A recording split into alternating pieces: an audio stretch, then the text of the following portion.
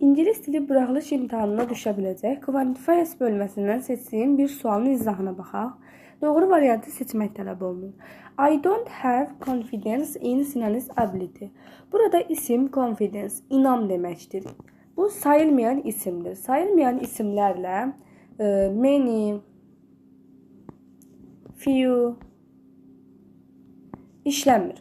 Həmçinin a few da işlənmir. Deməli, indi variantlara baxaq. So many, many'dən sonra sayıla bilən cəm isim gəlir. Ona görə də A variantı səhvdir.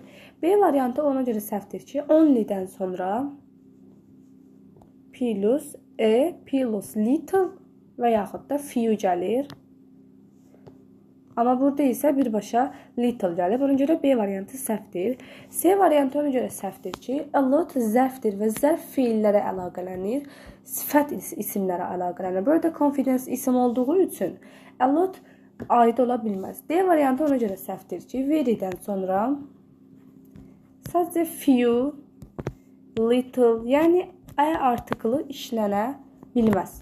Ona görə D variantı da səhvdir. Doğru cavab B variantıdır.